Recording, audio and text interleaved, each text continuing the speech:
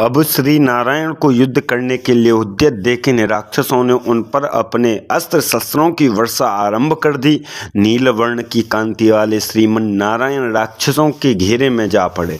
फिर तो जैसे खेतों पर टिड्डियां और अग्नि पर मच्छर मधु घट पर डांस और सागर में गिरते हों, ऐसे ही राक्षसों के चलाए हुए वज्रवत बाण श्री हरि के शरीर में समाने लगे, मानो प्रलय काल में जीव भगवान के शरीर में समा रहे हैं।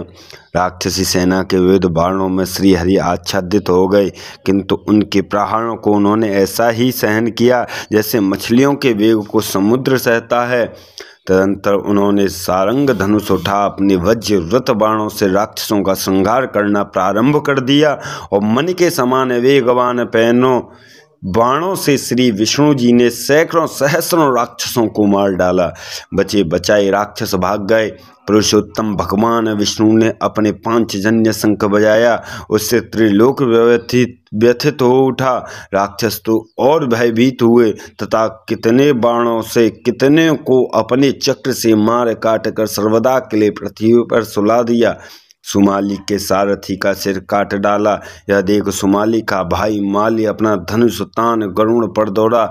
उसके धनुष से छूटे सर विष्णु जी के शरीर में प्रवेश करने लगे, किंतु उससे कुछ भी क्षुभित न होकर भूतवान भगवान ने अपना धनुर्ध कोड़कर माली के ऊपर कितने ही बाण बसाकर व्याकुल कर दिए।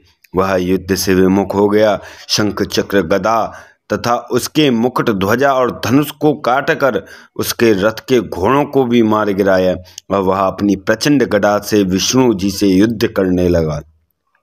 उसने गरुड़ की ललाट पर गदा का प्रहार किया। गरुड़ उस प्रहार को न सह सके और विष्णु को उन्होंने युद्ध से विमुख कर दिया। इससे राक्षस हर्षित हो गर्जने लगे। इसमें नारायण ने सुदर्शन चक्र चला दिया। सुदर्शन ने माली का सिर काटकर धड़ से पृथक पर गिरा दिया। यह देख देवताओं में हर्ष ध्वनि होने लगी। माली का वध हुआ देख सुमाली माल्यवान शोक संतप्त हो सैनिकों सहित लंका की ओर भाग गए। इतने में गरुड़ भी स्वस्थ हो गए। फिर तो वे रणभूमि में जाकर क्रोध भरकर अपने पंखों के पवन से राक्षसों को भगाने लगे।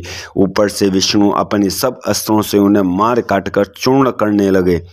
राक्षसों की बड़ी दुर्गति हुई है। उनका भयंकर रक्तपात हुआ। वे कटकर खंड खंड हो गए।